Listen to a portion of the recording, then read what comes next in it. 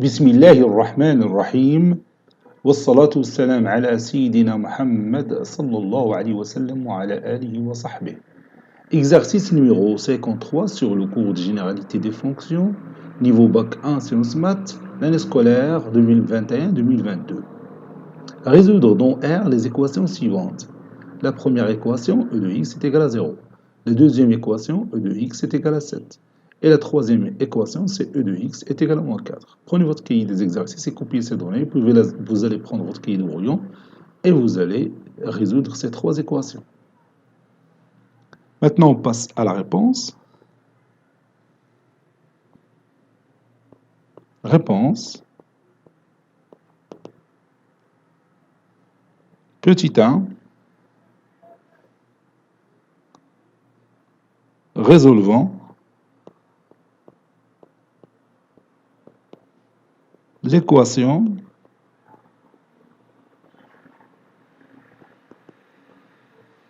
e de x est égal à 0. Bien, la partie entière de x est égale à 0. On va faire un petit rappel. La partie entière de x est égale à un certain nombre k appartenant à z.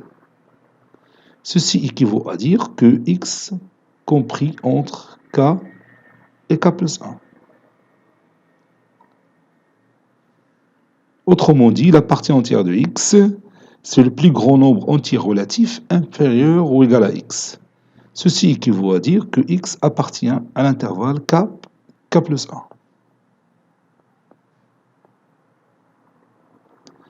Donc dire la partie entière de x est égale à 0, ceci équivaut à dire que x compris entre 0 et 0 plus 1, c'est-à-dire compris entre 0 et 1.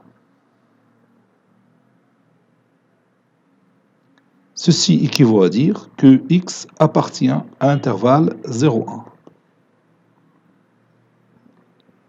Tout nombre réel compris entre 0 et 1, il a pour partie entière 0.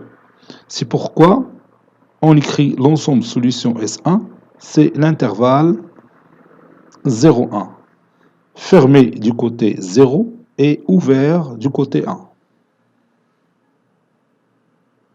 Deuxième équation, la partie entière de x égale à 7. Ceci équivaut à dire que x compris entre 7 et 7 plus 1, c'est-à-dire 8. Donc ceci équivaut à x appartient à l'intervalle 7, 8.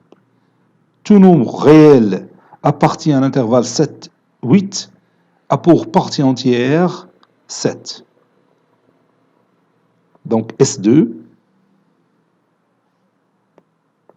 l'ensemble solution S2 de cette équation, c'est l'intervalle 7, 8, fermé du côté 7 et ouvert du côté 8.